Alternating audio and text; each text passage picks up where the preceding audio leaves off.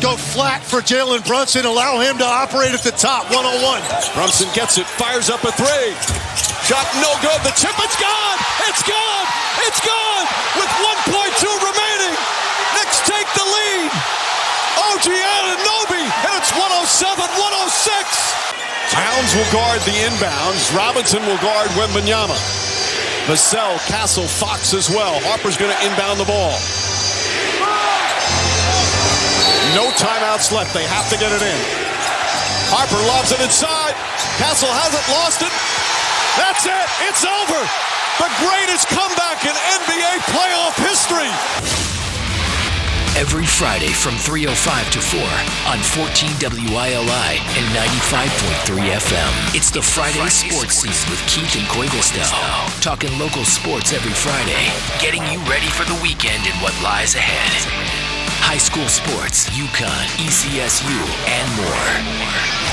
The Friday Sports Scene with Keith and Koivisto is brought to you by your local Dunkin' stores. Route 32 South Windham, 1015 Main Street, Willimantic, 1575 West Main Street, and 407 Jackson Street. The Friday Sports Scene. Now, here's Keith C. Rice and Jan Koivisto. Welcome into this June 12th edition of the Dunkin' Friday Sports Scene on 14 WILI, 95.3 FM, and the WILI YouTube channel, which you could go to YouTube and search WILI Radio, be able to watch it over the weekend or at the latest Monday night. This is June 12th edition. Mike Breen at the top there. Wednesday night, Madison Square Garden. Of course, I got home just in time to see the second half after seeing Dr. David Lefty Foster up the street at the Cap, putting on another great show. Walked out of the Cap, Spurs up comfortably. I felt pretty good as a Celtics fan going, the Knicks we're going to have it's going to be 2-2 in a matter of an hour or so. Then it got down to 15, and I was like, okay, I think the Knicks aren't going to lay down here. And, Jan Koivisto, we got the coach here from the Chronicle. Here we are, 3-1 Knicks, and they're a win away from their first NBA title in 53 years. So I saw every second of Game 2, every second of Game 3, fell asleep about halftime of Game 4. So I missed a lot of that, although I've since gone back and watched it, which is kind of the cool thing nowadays, I guess, right? Unless you got people texting you, too, going, hey, just see that? And you're like, wait, I got to go. No, I was asleep. I don't answer my texts when I'm asleep. But it was, it's been a really, really close series that's 3-1. I'm hoping the Spurs can bring it back. And you come back from something like that. They're young. They're young, so I feel like when you're young and dumb, which they showed during that game, you're also young and dumb, and it's out of their minds now. So we'll see. Speaking of the dumb aspect, and all credit to the Knicks, they had an incredible comeback. They took advantage of dumb Spurs play. Like here, you got a 20-plus point lead midway through the third quarter. At one point, it was still like 23, 24, something like that. And you got the Spurs coming down, not even taking time off the shot, immediately jacking threes. And I'm thinking to myself, what are you doing? Kill some time. And especially when their strength is, the young guys getting to the hoop. And Wemby really is unstoppable when he gets to the hoop. And he's, if not the greatest player now, he's soon to be the greatest player in the game presently. But I really still would like to see a few less threes and a little bit more rim pressure. I just think he makes everybody better when he's putting some rim pressure on. And we talked about, you and I are both Celtics fans, and it's funny because we like it when they're hot from three-point land, but then, we'd like to see the Celtics, and we've heard Brad Stevens say this, they're going to try and get some rim protection this year. We'll see what happens. In Brad we trust, and let me tell you, Brad's been a great GM. Awesome, Yeah, so, but this whole generation that we're living through right now, the analytics, the three-pointers, I'm still like 50-50 on it. There's times where it frustrates the hell out of me watching a Celtics game, or just the other night when I'm kind of pulling for the Spurs. I don't hate on this Knicks team as we talked about before. I mean, it's not like the Yankees or something, but that's a whole different story. Yeah. But it's just like you're sitting there going, that's just dumb basketball. You're not even you're not taking time off that shot clock, working around a little. Yeah. And then De'Aaron Fox at the end that was terrible. Drives right to the hole when you could have pulled it out, make the Knicks foul you, force them to foul you, and go up three, and then have the Knicks force a three-pointer at the end. But yeah, even if he makes that layup, it's only three, and the Knicks have, what would there have been, about 10 or 11 seconds left to still get a good three to tie. Maybe they'd foul. Teams do that now. But pull it out, waste 5 or 6 seconds before they catch him. They were all, look to me on the replay, they were all running to the rim. He could have just dribbled baseline, start to dribble up the sideline, probably wasted 5 or 6 seconds. Yeah. But I did tell you I saw a still of it, too. I watched the replay, but then I saw a still of it where he clearly got fouled. He was all wrist. He didn't even touch the ball, I don't think. So OG. Fox got fouled. Yeah, pretty clearly. You saw a still image of that. Yeah, wow. pretty clearly. All wrist. But, OG made the right play there because it doesn't matter if you foul him. You want to stop the clock anyway, so he went all out for it. So credit to OG. How about OG? Oh, ridiculous. This is a guy who he was hurt, I think, throughout the playoffs. And I think going into the finals, if I'm not mistaken, his status was questionable or whatever. He was dealing with an injury in the playoffs at some point. And now look at him. He's probably, you and I were just talking about this. Okay, Brunson's been decent. Towns has been...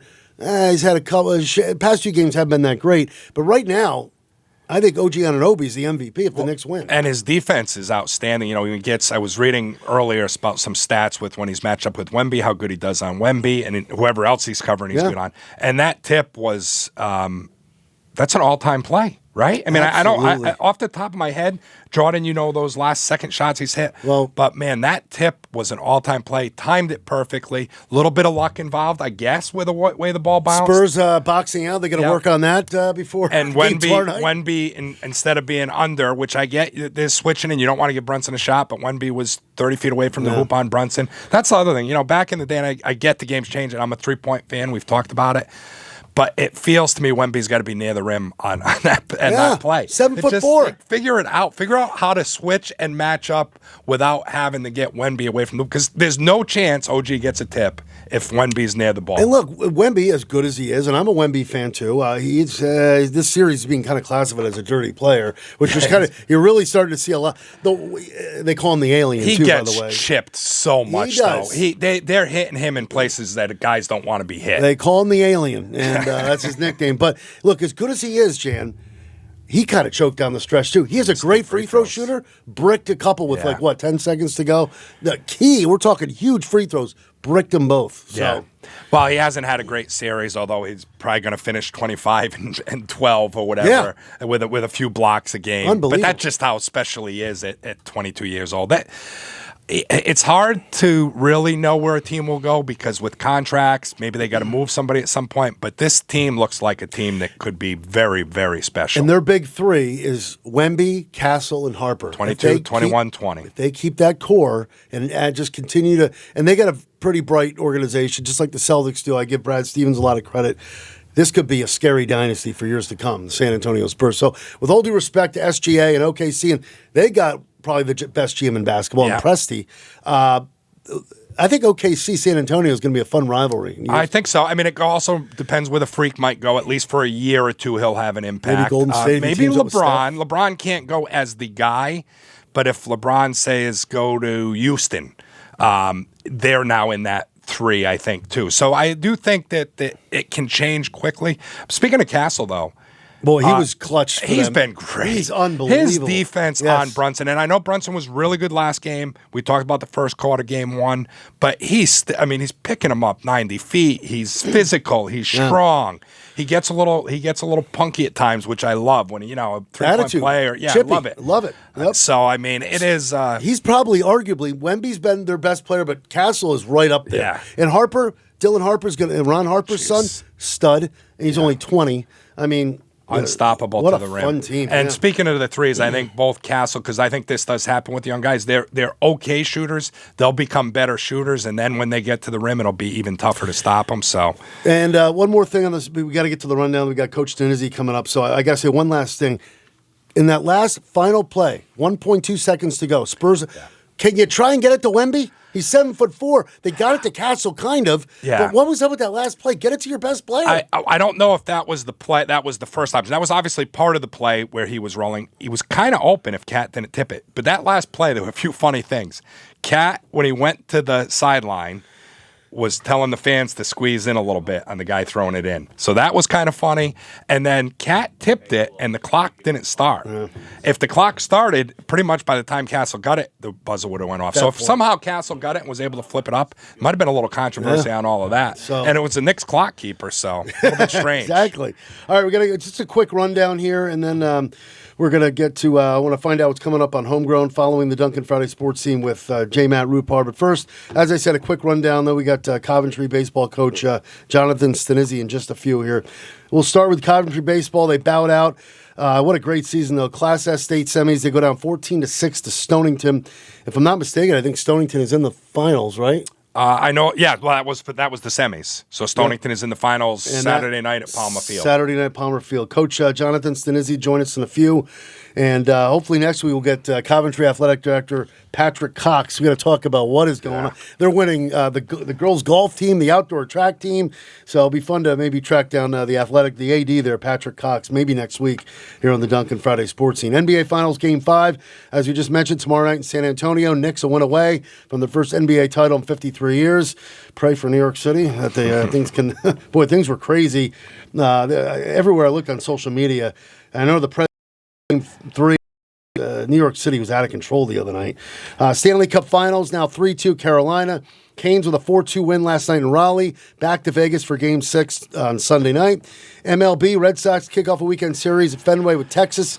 We got it for you at 6:10 on WILI. The Sox are 27-39. Sonny Gray is 7-1, the only lone bright spot with a 3.20 ERA. He goes for Boston tonight. Yanks are in Toronto. Ryan Weathers on the bump for New York. Mets host the best team in baseball, the Atlanta Braves, and they will throw 3-4 Nolan McLean against Atlanta tonight at Citi Field. World Cup underway as of yesterday. USA opens up in LA tonight at 9 against Paraguay. And as I mentioned, Coach Stanizzi in a few. Our guest later in the show, a friend of mine, Mark Ediss, from the Savannah Bananas. He's the PA voice and the music coordinator. They'll be coming to Hartford. The Bananas will be in Hartford at Duncan Park on July 23rd and 24th. So hopefully we'll catch up. I know he's on the road, but he said he'd be able to do a few minutes with us. That's what Mark said at 3:35. We'll talk Savannah Bananas here on the Duncan Friday Sports Team. J. Matt Rupar, what do you got on Homegrown at 4:05? Let's see. I got the Shriners with their song "I Will Die in Willimantic," which is classic. Bone Church Beyond 1969 with their cover of Woodstock, and last one we'll talk about is Patty Tuitt with their song "Feel the Heat," appropriate for today. Perfect. Just saw Patty the other night, but Dr. David Lefty Foster's show, good stuff. So make sure you check out Homegrown, brought to you by Eastern Insurance Associates. If it's made in Connecticut, doesn't matter what it is, rap, country, bluegrass. J. Matt Rupar will play it, and that's coming up at 4:05. The Friday Sports Scene runs on Duncan. Big thanks to our local Duncan stores at Route 32 South Wyndham, 407 Jackson Street, 1015 Main Street, 1575 West Main Street. They got the new coffee chillers, the $5 meal deal. Let's see with that fruit punch classic donut that catches my eye every week. The cloud lattes are phenomenal. I'm again rocking the Dunkin' latte today, but they got the limeades, the Dunkin' refreshers. Big thanks to our local Dunkins, local Dunkin' that is. And do we have Coach Stanizzi? All right, let's bring him on in. Our first guest on this Friday, June the 12th. Coach Jonathan Stanizzi of the Coventry baseball team with us on the Duncan Friday Sports Scene on 14 WILI 95.3 FM and the WILI YouTube channel. Coach Keith C. Rice and the other coach, and from the Chronicle, Jan Koivisto, thank you for a few minutes. And first off, congratulations on what was another incredible season for you. Yeah, thank you so much. I appreciate it. Thanks for trying to connect back with me after the season. Yeah, we had a remarkable season. I'm proud of these guys. So it was a tough loss the other day, 14-6 to a Stonington team. Did that kind of catch you by surprise? Tell us a little about how that game went down and some of the things that you could have done better, or talk a little about the game the other day. Yeah, I wouldn't say that it caught us by surprise. I think that we knew about Stonington. We knew about their talent.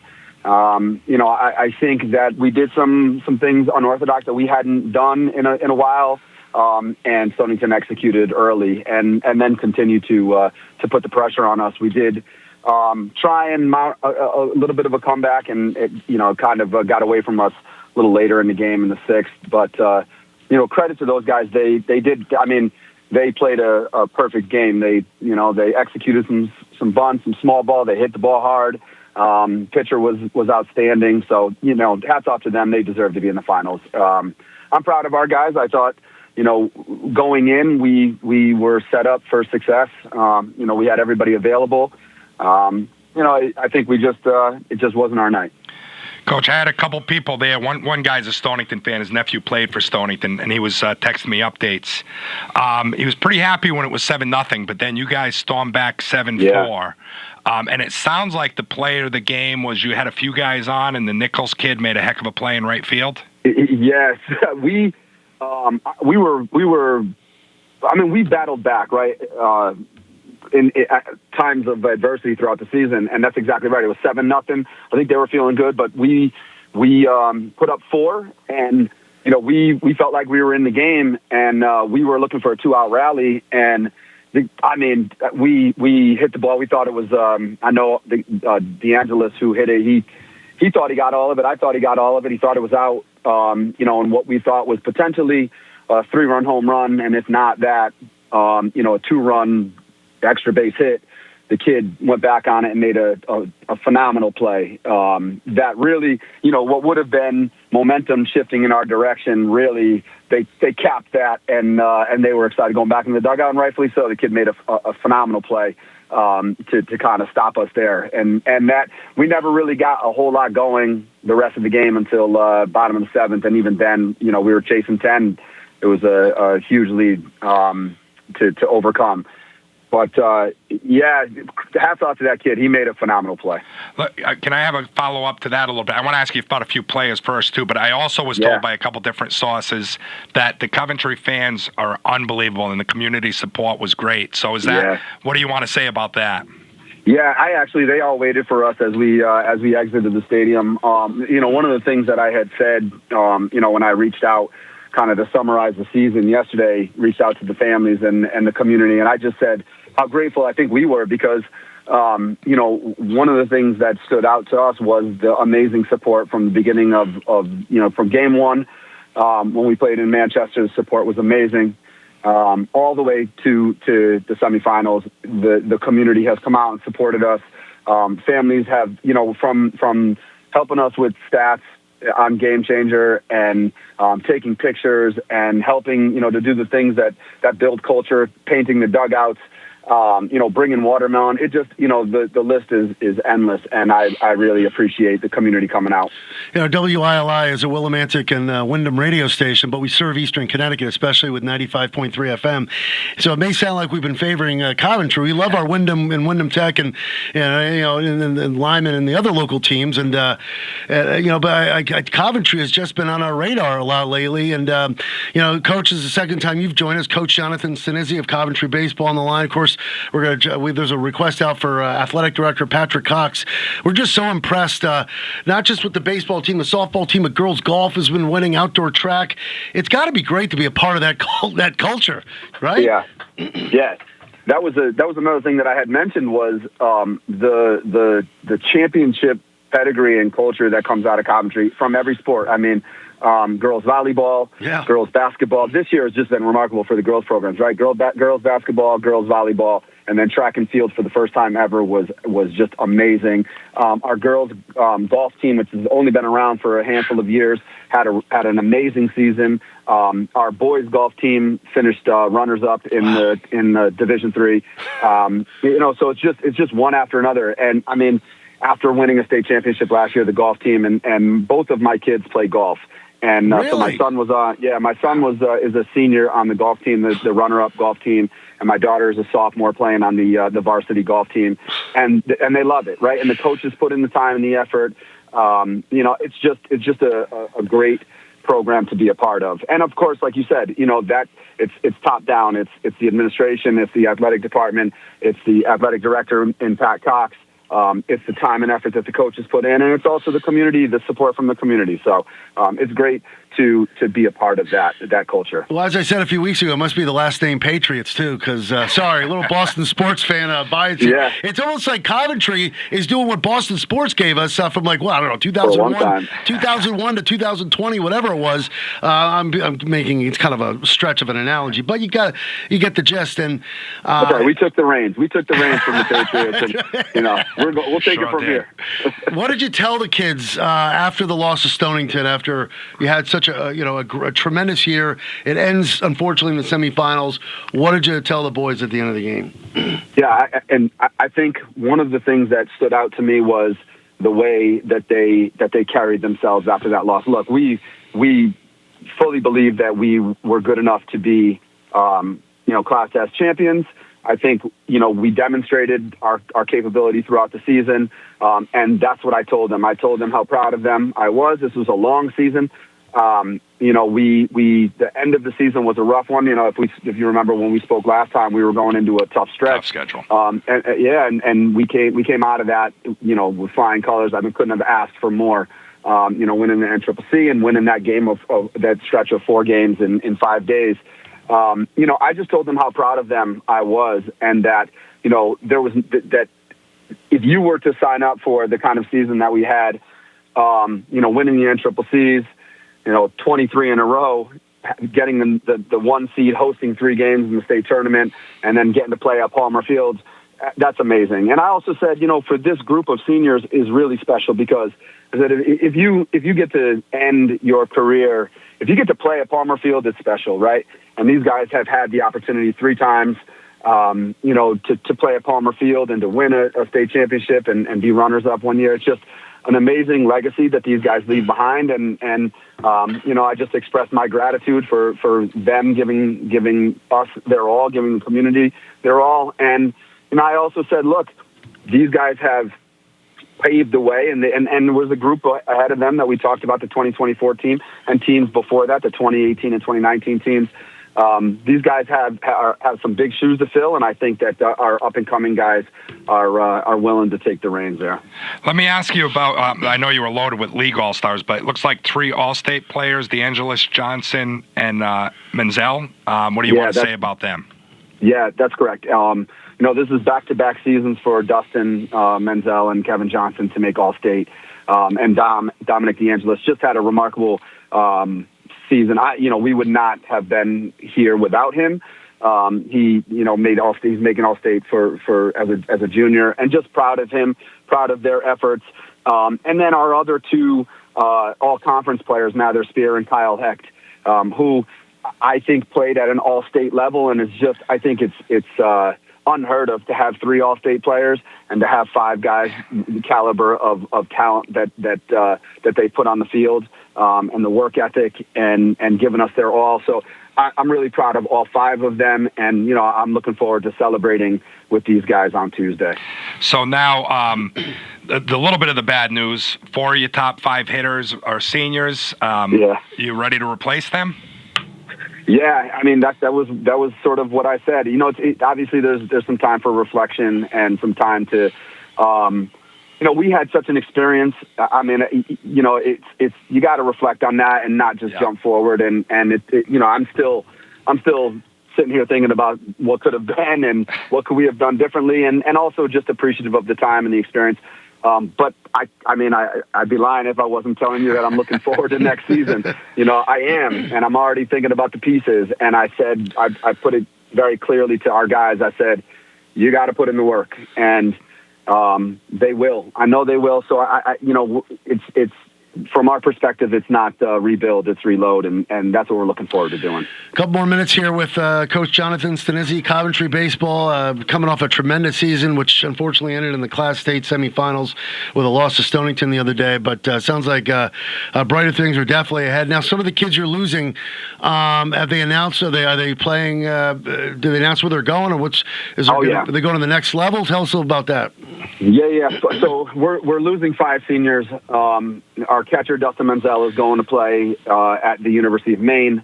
The Kevin Johnson, pitcher first baseman, is going to play at Hudson Valley Community College in New York.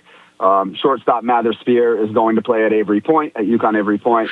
Our DH, Jackson Sun, is going to play at Dean College. And Kyle Hecht is phenomenal student athlete and is going to UConn to study business, got into the business program at UConn. So they're all off to do some really amazing things next year. I look forward to having them come back and share their experiences at the next level. So when we talked last week with Coach O'Connor, we talked a little bit of the state of baseball, youth baseball, like not as many Little League teams anymore, not as many kids playing. Yeah. What's Coventry's youth program like that it seems that you've missed that, or you still have the youth playing? Yeah, we have a pretty devoted youth program, and devoted. I actually spoke to a guy yesterday, and he is public works, director of public works, and he has kids coming through the system, and he shared with me that the program is healthy and that we have some really talented kids coming up through the system, which is exactly what we want. And one of my goals for the next year is to really build that bridge between Little League and the middle school to the high school, because all of these kids that are leaving us have come through the Coventry Little League system. And that's a testament to all the parents, all the volunteers, the programming, the town. So yeah, we have a healthy Little League, and that speaks for itself, right? The fact that we are having as much success at the high school level is because of the Little League program. And I look forward to continuing that partnership. And I would like to bring our boys down to meet with some of the younger kids and mentor them and continue that cycle of producing talent from Coventry, from the Little League up through the high school. Coach, you're doing a phenomenal job, and we thank you for coming on the Duncan Friday Sports Scene again. We'll get you the YouTube link. It could be up tonight, but once I get it, I'll text it over to you, and we'll get you in studio one of these days. Maybe do a Hometown Threads episode. But you and your fellow coaches and the staff and the kids just keep up the great work in Coventry. Thank you so much. I just really appreciate you guys reaching out and giving us an opportunity, a platform, because these kids deserve it. Right, the community deserves it, and I look forward to the next time to connect. Congrats, Coach. Yeah, congrats. Awesome season. Thank you, guys. All right, thanks so much. I appreciate it. You got it. Thank you. Have a great weekend. Coach Jonathan Stanizzi of Coventry Baseball joining us on the Duncan Friday Sports Scene. Great to have him back on again. It's just, I feel like we say this every week, and we are saying it every week.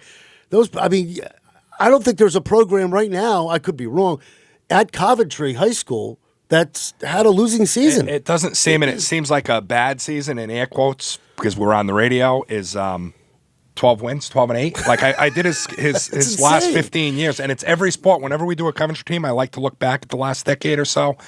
That's a bad season. Is 12-8. Schools kill for 12. I know exactly, and you could see he's won a state title, so I'm sure that helps a lot because I know that his goal was to win a state title this year.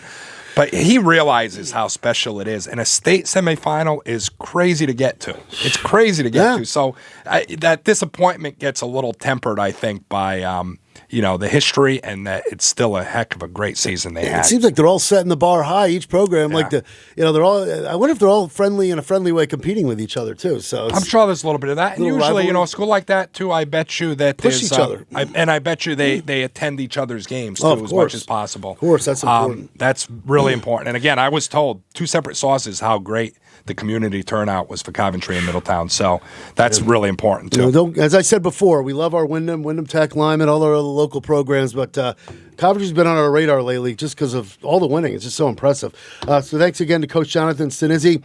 Duncan Friday Sports Scene.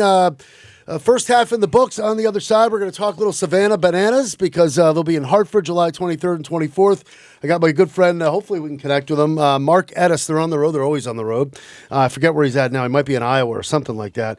Mark Ediss is the PA voice and the music coordinator of the, I want to call it a show. It is a show, basically, of the Bananas, and hopefully we'll connect with him after the break. It's the Duncan Friday Sports Scene on 14 WILI, 95.3 FM, and the WILI Radio YouTube channel. Is the Duncan Friday Sports Scene on 14 WILI and 95.3 FM.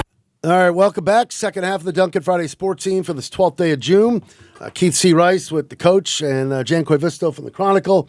Nick Erlinson off this week. We're going to get to Mark Ediss from Savannah Bananas in just a sec, but I got Red Sox baseball tonight. We are your station for Boston Red Sox baseball here in Eastern Connecticut. Check out every Red Sox game on 95.3 FM. And 1400 AM for that matter. Red Sox kicking off a weekend series with the Texas Rangers. 12 games under 500, and it just gets worse and worse. It's like, will Craig Breslow make it to the end of the year?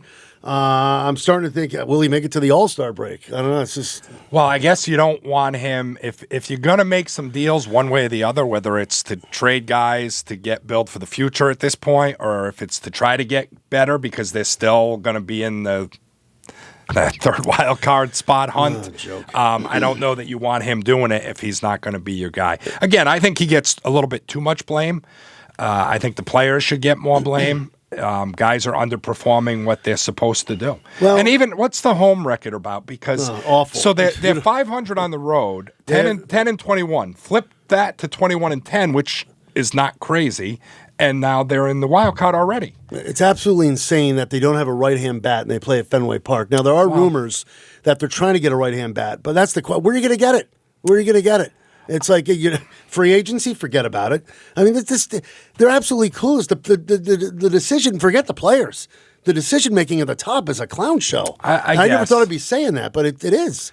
Well, they definitely only. I mean, who's their thumper is Contreras, who had a really nice year and he was a good pickup. But you'd rather have him not be your thumper. You know? And don't get me wrong, he's a good veteran and he's somewhat of a leader. But that's another thing. Roman Anthony, nobody knows what's going on with him, and he probably doesn't even trust management now. It's just bad morale all around with the Boston Red Sox, and yet we still.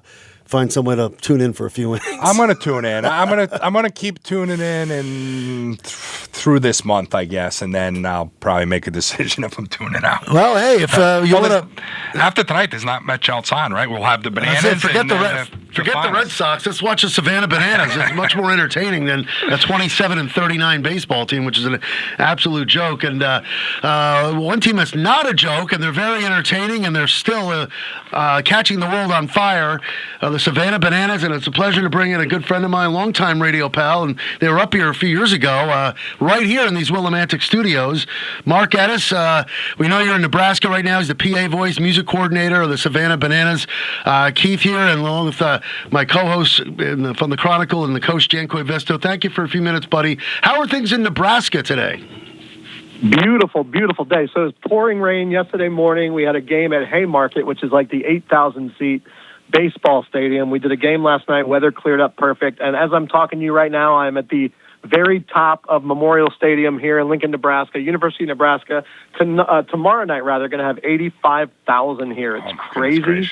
It's incredible. It's a beautiful, beautiful university, and the stadium's awesome. So I'm looking forward to seeing this place filled and being really, really loud. It's going to be awesome. Well, you're in the hotbed right now because Nebraska, it's that time of year. The College World Series in Omaha is going to be hopping soon. But so it's kind of ironic that you guys are nearby. So I don't know how close that is to Omaha. You're at Lincoln, right? It's about 45 minutes away. And I'll tell you, traveling here this weekend in particular, it's definitely a lot of people here and a lot of people excited about a lot of things, including the College World Series. But Lincoln's crazy right now for banana ball, and tomorrow night's going to be really, really fun. Mark, I know you guys aren't all about baseball, but whenever I flip on and I'm watching a couple innings, I'm amazed at the baseball talent you do have. It's the thing that I try to explain to everybody. Yes, the dances are fixed and the walk-ups that we do, they're planned. But the games themselves, unlike the Globetrotters, who I think lost one time in their history in 100-plus years, when these guys, when these first pitch is thrown, I mean, these guys want to tear each other's heads off. They want to strike them out. They want to make awesome plays. And most importantly, they want to win the game. So, yes, all this dancing and the specialty stuff that we do, all planned, all rehearsed. But when it comes down to it, these guys want to beat each other's butts in a bad way. So, the competition's incredible. The quality of players that we have here are also incredible. You know, when Banana Ball's in town, for you guys at Duncan Park in Hartford, it's the Party Animals against the Clowns. Mm-hmm. Jackie Bradley Jr. is the center fielder of the Indianapolis Clowns. So much history that we're able to bring back with that franchise. And so, yeah, I mean, the talent here, all the antics and trick plays and fun, weird stuff that we do aside, the quality of baseball, couldn't have said it better myself. Yes, the quality of baseball is spectacular. And so I want to make sure people understand how much these guys put in at practice. And, regarding the trick plays, like watching them during BP and watching them during just doing infield and taking some shags in the outfield during BP, watching the crazy stuff that these guys do on a regular basis and then in the game, absolutely crazy. I'm more surprised when they don't rip a backflip catch or between the leg throw for double plays. It's crazy. So you'll get the between the leg throw to second, and then the under the leg throw to first to complete the double play, and then the first baseman will go between his legs to catch it too, like a triple trick play.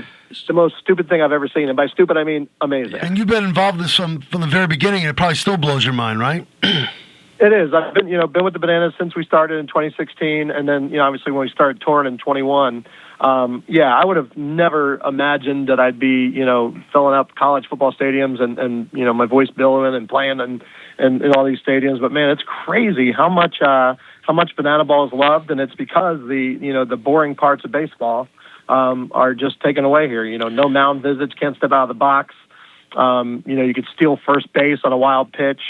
A fan catches a foul ball, it's an out, which, man, that's my favorite rule by far, because you're talking about getting the fans involved in a big way. Can't do any better than that. So, yeah, there's just the friction points in baseball are all taken away in banana ball, and that's why I think we're so successful. And the players are so accessible to the fans, and you definitely don't get that in Major League. Now, I know you as Mark Ediss. Should we be calling you Shark? Is that what do you go by Shark? Like, what's your, I don't want to say stage name. Like, what do they call you? No, it's Shark, and if somebody calls me Mark, I don't answer because I don't know who they're talking Shark. to. That's right. Shark. It's been Shark since I've been here, and honestly, like even when new people come in, like new interns, and they're like, "Can you tell Mark that?" I'm like, I don't know who Mark is. Who's Mark? So, but everybody calls me Shark. It's to the point now, guys, where my wife calls me Shark. So that's Hey, I got to ask you, and thank you for bringing up. Yes, Savannah Bananas will be in Hartford taking on JBJ. I forgot Jackie Bradley Jr. is part of that Indianapolis Clowns team. July 23rd and 24th at Duncan Park.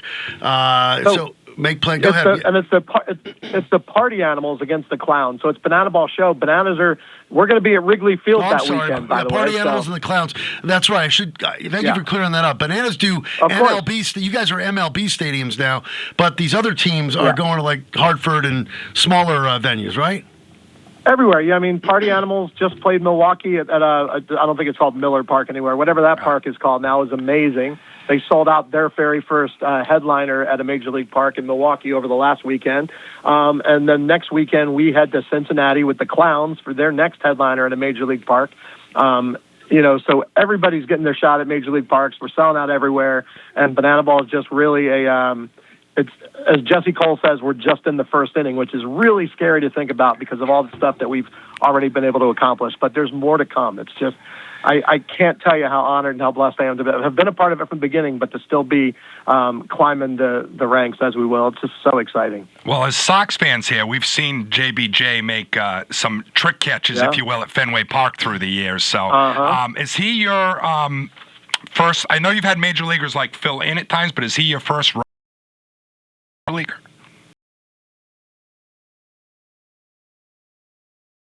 Try to explain to people when all these, I call them haters because there's plenty of them out there for what we do, and there's baseball purists that don't like what we do, and that's fine. Everybody has their opinion on anything, and that's great.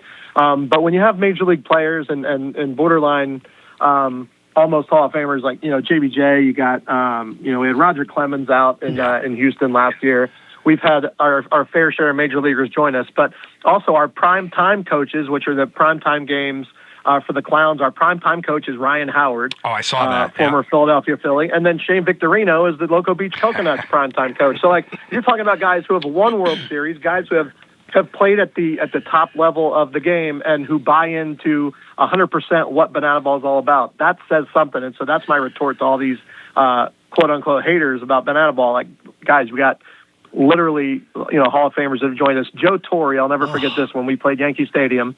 Last year at Yankee Stadium, the first year we played there, Joe Torre was in the dugout, and there's a clip of him talking to Coach Tyler Gillum, Bananas head coach, and he said, "You're not making fun of the game, you're making the game fun." I mean, that's Joe freaking Torre saying that. That's case closed. That's a hell of an endorsement from a Hall of Fame manager talking about Banana Ball. So I'll just leave. That's literally my mic drop to people who say, Absolutely. banana ball's a joke of the sport. So, The PA voice and music coordinator of the Savannah Bananas, Shark, joining us. Was that a better intro than? Was that better? Perfect. Okay. I got to ask you this because I know we have limited time with you. You're calling us literally from on the road in Nebraska. You got a lot of stuff going on. Yep. I follow you on Facebook. We've been radio friends. You're a South Jersey Philly guy. I know you root for all the Philadelphia teams. Had to be cool. You've come across so many. You just mentioned Torrey, Clemens, JBJ, and you mentioned Shane Victorino. You being a Philadelphia Phillies fan, had to be kind of cool meeting the what was his nickname when he played for the Red Sox? The Flying Hawaiian, right? Oh yeah. I mean, listen, I told him the story, so it's really cool calling them coworkers now. But I told Shane when I first met Shane when he first got involved with us, first time we saw him, he played for us in Vegas when we played the Aviators ballpark a couple years back.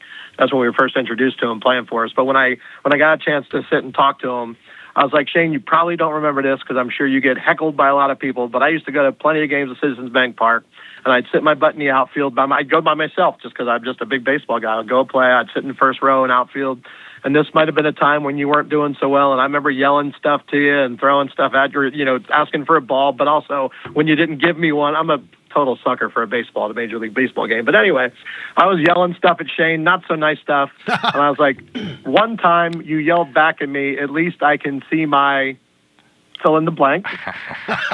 And he laughed so much, like, dude, I don't remember that, but that's hilarious, and I'm sorry. But it's really funny that we're coworkers and he's just a part of everything that we're doing. It's incredible. Unbelievable. It's really cool. Victorino's part of that 2013 Red Sox championship team. The year the Boston Strong team. Yeah, he had a big home run. Yeah. Also, another member of that team, Jake Peavy, big proponent of banana ball, been with us and been big supporters of us from the very start. Well, you have more kids in the crowd now than the Major League Baseball teams do. And we just talked to a high school coach about the state of baseball. So I feel like anybody that I would say I'm a baseball purist, but if they don't recognize what you do for baseball, then they're missing the boat. Exactly, and for the people who say, banana ball is not helping people or it's not helping kids or getting kids more involved, I completely disagree. It absolutely is getting kids wanting to play baseball. The kid that, again, would just sit in the outfield and just kind of pick the grass or look after bugs or whatever. No, they're trying to do trick plays and they're trying to rip these little fun things that we're doing. I totally disagree. I think banana ball is a huge plus for the game of baseball itself, just because of all the things that we're changing about the game, but still keeping the competitive nature and the other things that we're doing.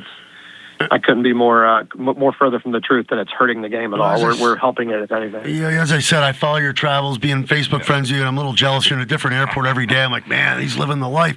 Man, yeah. Have you been to every Major League ballpark now? No, still missing L.A., Dodger Stadium, really? San Francisco. There's a couple more, and hopefully in the future we're there. But yeah, it's really cool to have been to some of the parks as a fan, watching the Phillies travel or wherever I'm at. But then being able to announce in them and to kind of, this is going to sound weird, but I mean this with the most respect ever, having free reign of the Major League ballpark. Because when we come in a day before, we do a full rehearsal day, so we get free reign to the whole entire ballpark. And having been there as a fan, knowing how tight security is to the point where we can just come up and we have our press badges and just come up wherever we want and make sure we're getting stuff done. But it's a really, really cool experience, man. I'd be lying if I said it isn't like a fanboy experience too. I'm super lucky to be in a position I am, but yeah, it's like Wrigley Field in a couple weeks. Actually, Wrigley Field the weekend that Party Animals and Clowns are with you. We're at Wrigley Field playing the Firefighters, and Wrigley Field, whether you're a Cubs fan or not, is baseball legend. Oh yeah, I saw Cubs Phillies there. I saw Cubs Phillies there back in 2012. Yeah. Yeah, I've been to a game, but to be able to say I'm going to go pick some ivy off the wall, it's just crazy. So crazy. in your early years, you had one of my favorite Red Sox players of all time throw a few innings, Bill Lee. Can we get him out there at 80 in the future? Man, so Bill Lee, man, he is a crazy dude, but one of the nicest dudes you'll ever meet. And also, did I mention he was crazy? Yeah, super good guy. Spaceman. Super good guy, and just talk about a guy who loves the game. It was great to have him around. Well, I have no doubt we'll see him again. I don't know when, but yeah, he's a part of Banana Ball lore at this point. You know what I mean? We know you got to go soon. I got maybe a couple more questions here. I got to know. I know you've already dropped a few names and major leaguers. Who's been the favorite former athlete or current athlete, whatever, that you've come across that that you filed away? Go, that was my favorite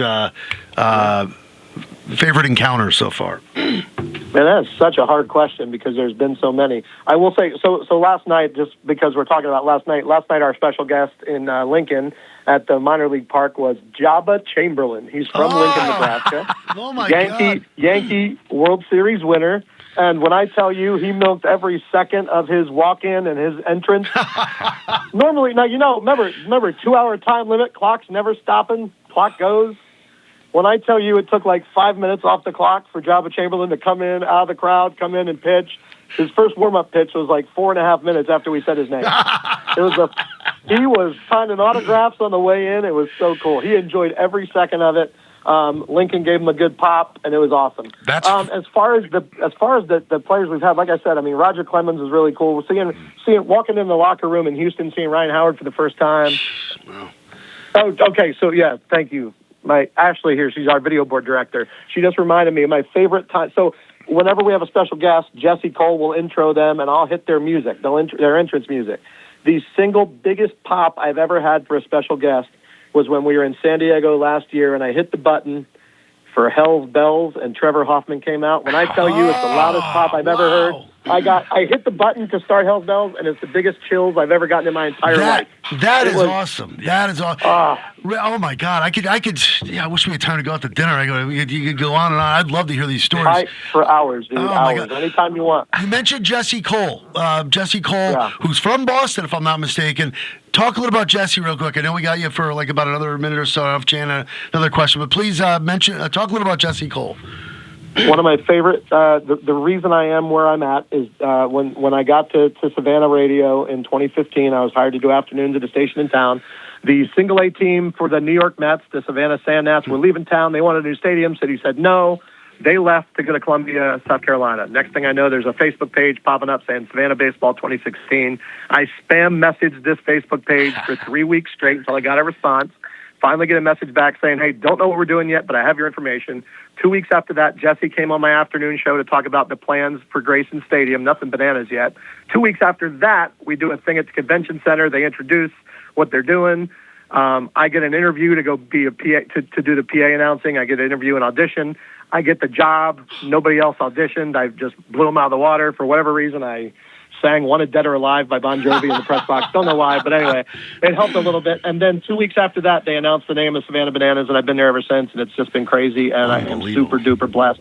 Jesse Cole, his mind never shuts off, ever. It's always working. He takes care of his people in the best way, and when he says fans first and when he does everything with fans in mind, he means it. It's not just lip service from Jesse. What he says, he means, and he follows up with it to the nth degree. And if he says we'll play on the moon next year, I'll believe him. So that's what I got to say about Jesse. I love him for the opportunity. We work really well together. We bounce ideas off each other, and nothing is ever good enough. Wouldn't be surprised we'll always be trying to plus everything. Wouldn't be surprised if I saw your Facebook page. You said, "Breaking news: Bananas go to the moon next year." No, dude, nothing will surprise me. I'm telling you, nothing at all will, especially involving Jesse Cole and involving Banana Ball. Well, it sounds like he made a great hire with you because your enthusiasm certainly comes through. I want to ask you one final question. Mark and I, Keith and I talked about this off the air briefly. Talking about the Globetrotters, where there was some real hoop there, but a lot of it was fake hoop and kind of letting them do things. Do you bristle a little bit at that Globetrotter comparison? So I know Jesse does, because of the fact, like, it's not everything is fabricated. Yes, again, the walk-ups, the the specialty walk-ups and dances that we do. But, man, that baseball is as pure can be. Mm-hmm. I mean, you get guys, late in the games trying to rip trick plays because the extra point now, and you get the extra point now if you have more trick plays than the home team. I mean, these guys want to win at all costs. And so, yeah, the Globetrotter comparison, while nice at the beginning, we're really trying to make everybody know that we're banana ball. I mean, we're not the Globetrotters. We are banana ball. So in the future, people can say, "Oh, you guys are like banana ball." No, we are banana ball. You know what I mean? That's kind of the goal. That's what we're. Hey, Shark, thank you so much. We know you're busy. We really appreciate it, buddy, and I love following you. Keep up the great work. Hey, I appreciate the time, my friend. Great to talk to you. Continued success to you guys. Thank you. All right, awesome. Take care. All right, there he goes. Shark, the PA voice, not Mark Ediss, Shark. He's the PA voice music coordinator of the Savannah Bananas. It's great to have him, especially this time of year. They're all over the place. And in Hartford, it'll be the Indianapolis Clowns featuring Jackie Bradley Jr. and the Party Animals. That'll be at Duncan Park July 23rd and 24th. Yeah, it makes me want to go see a game there. I haven't been to Duncan Park. Have you? Yes, a couple times. Yeah. A couple times, I think. I've been to Worcester. I've been to a few minor league parks through the years. Worcester, Pawtucket, obviously, way back in the day. But, no, it sounds like fun. And, again, the thing when I watch that, and I haven't watched inning 1 through 9, but if it's on and I flip by, I'm going to watch it a little bit. Their athleticism is amazing. And there's so many, when we talk to the Eastern coach, there's so many good players now. The pitchers are still hitting 90. It's baseball with kind of the fun mixed in. Yeah. Some of these major league players, batting averages are awful. They could be some of these banana players. It's unbelievable. Well, I feel like JBJ could kind of still play. He was always streaky. Exactly. But hey, what a defender. All right. Thank you, Jan. Have a great weekend. Thank you, J. Matt Rupar. Thank you to our guests, Coach Jonathan Stanizzi, and, of course, Shark, not Mark Ediss. And we thank you for listening. Don't forget, check the WILI YouTube channel pages. Search WILI Radio. Subscribe for free. Hopefully we'll get it up this weekend. And thank you to our local Duncan. Homegrown up next with J. Matt Rupar. Enjoy your weekend.